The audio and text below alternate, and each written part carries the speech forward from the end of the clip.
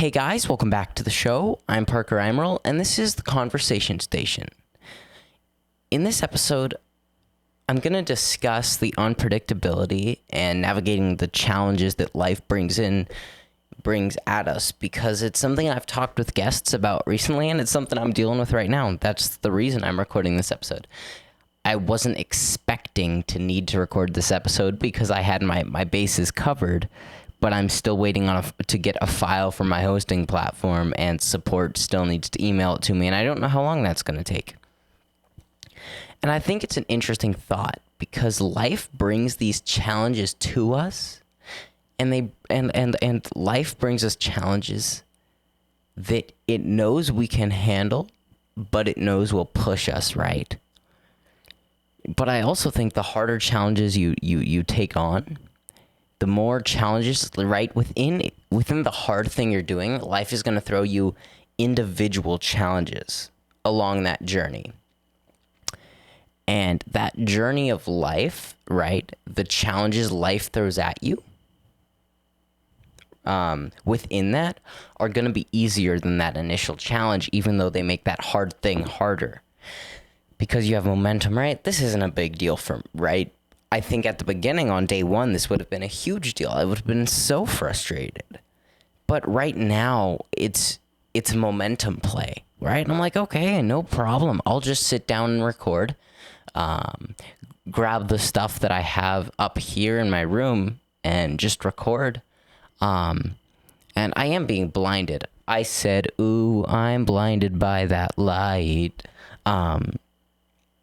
But I think the challenges of life,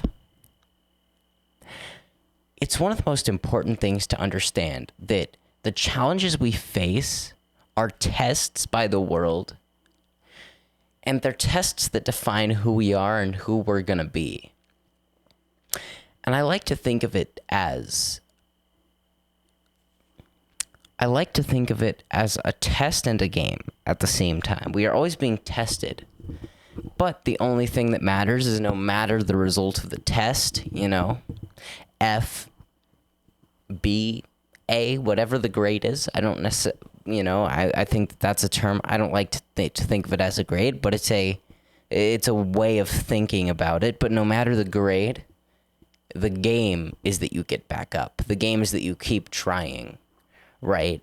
And I think that what we see today is this entire idea that when we lose, we're done. And that is very flawed. The fact is, when you lose, it is the beginning, not the end. And I know I talk about this all the time, but that's because it's really, really important. And it is weird right now, because usually I have some notes and I know where I want to go with this episode. And so right now I'm trying to mentally make some mental notation of what I want to do in this episode. But I think right now I'm kind of enjoying actually not having a script, not even having notes.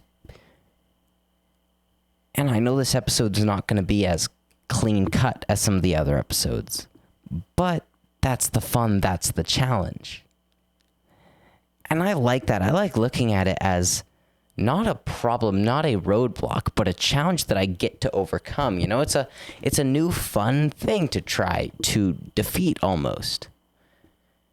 Because I do know the amount of times that life brings things our way, right? We're always going to have something, and we can either look at it as, gosh, this sucks, and I'm going to go be sad about it, or, hey, we get to try a new thing. I get to try to record without a script. I get to try to record with no rhyme or reason, right? And I don't know. I just think it's interesting. Now, one of the things that's been on my mind is this idea of power, right? And the fact that there is no definition of power in that true power comes from an understanding of the world and an understanding of yourself. Now, there are positions of power, And there is mental power. And I think you need to have mental power before you can really get to those positions of power. But there are always going to be people who are in positions of power without the mental power.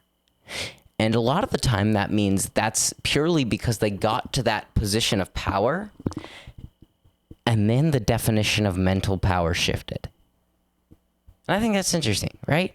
Because we can get somewhere.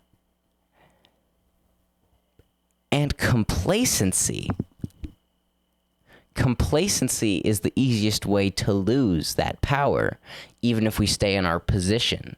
Because if we lose an understanding of the world around us, in that position of power, the people we serve, the people who follow us in whatever way that means, because inherently being in a position of power means you do have people that follow you, listen to you, answer to you.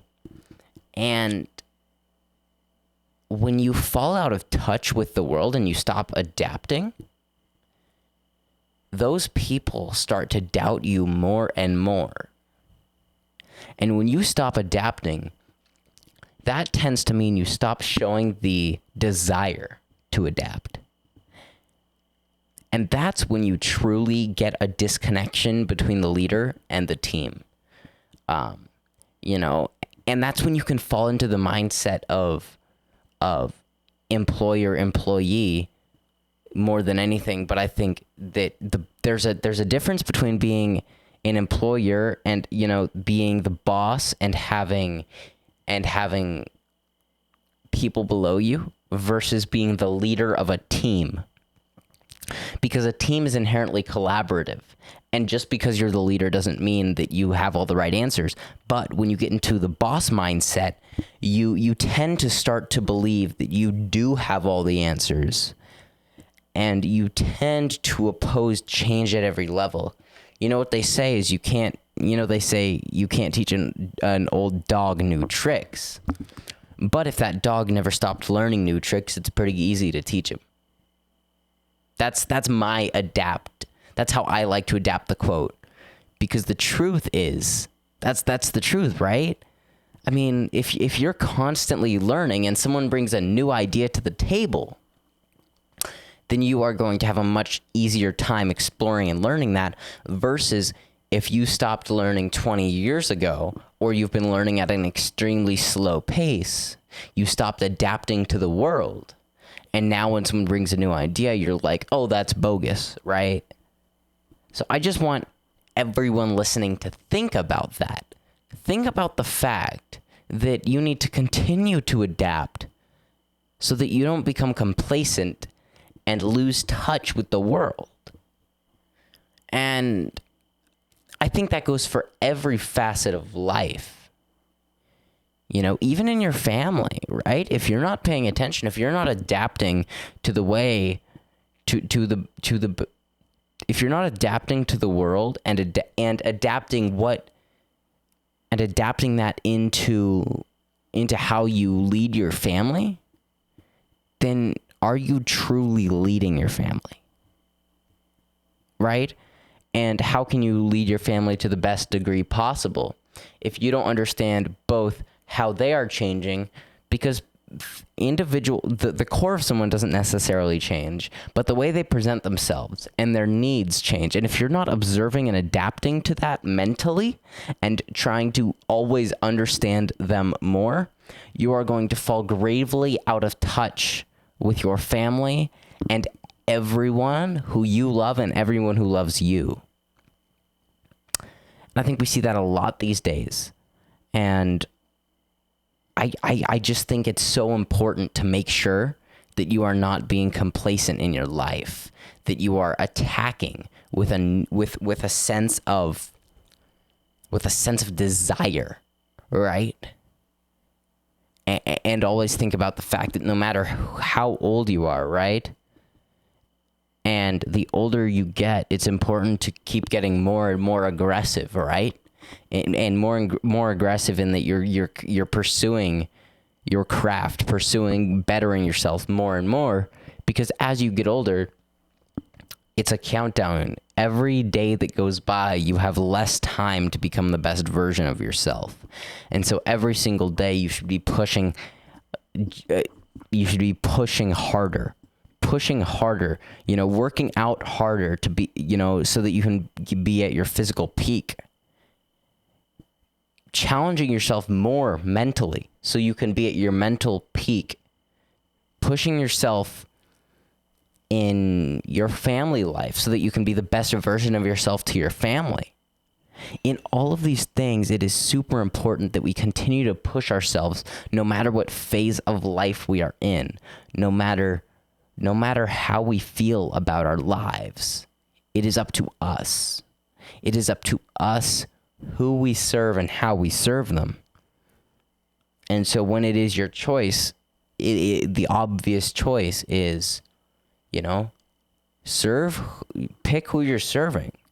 But how are you going to serve them? Better than anyone else. That's the fast track to success. There is no shortcut. But the fast track is understanding, pick who you want to serve, and just serve them better than everyone else. It's simple but not easy. It is simple but not easy. Don't let anyone tell you that it's easy. The person that tells you it's easy is probably selling you the shortcut to success, the shortcut that doesn't exist, and they're selling you a lie. And don't be sold a lie. It sucks to be sold a lie. Because if you get sold that lie and you believe that lie, you will sell lies. And you will live a lie. And it's important to not let money consume you, right? Again, I'm bouncing all over the place because I don't have a script in front of me, but it's all just things that have been on my mind lately. And you can't let that dollar amount consume you. You can't be concerned, right? A lot of people have this fear of not having money or losing their money. And that fear will inhibit your ability to serve the people that you want to serve. Remember, humans, systems, and capital, those are the pillars of business. The humans come first. The capital comes last. Because if you have humans and you are serving humans and you have a system, you can invest capital. But at the end of the day, if you are doing those two things, the capital will come your way if you keep doing those things on a consistent basis. Know your value, but don't be consumed by the dollar amount. Don't be consumed by the materials. And just find what makes you happy, right? My entire thing is that the definition of success is not a dollar amount. It is not a specific thing. It is living a sustainably happy lifestyle. Find what makes you happy. Find who makes you happy. And do that. Do it. But figure that out as young as possible. Because that way you can constantly build upon what makes you happy, right? And you don't have to do as much destruction. Because there is a level of destruction you have to do sometimes. Sometimes you have to eliminate the things that aren't making you happy, whether it be quitting a job, right? Getting rid of friends, leaving a friend group, leaving things behind. I like to think of it as leaving things behind. Because you aren't throwing them in the trash. You are just taking the next step in your life. And that next step is without those things, those people, those places, whatever it may be. And so when you figure out what you want to do and who you want to be early, you have less things in your life that you will need to leave behind. And so that's the most important thing, right? Figure out what you want to do. Figure out what makes you happy. Figure out the kind of person you want to be and go become that person. Find a person who is that person and find out how they do what they do, right? and find multiple people, right? That's one of the ideas of the alter ego effect, is you pull from different people, right?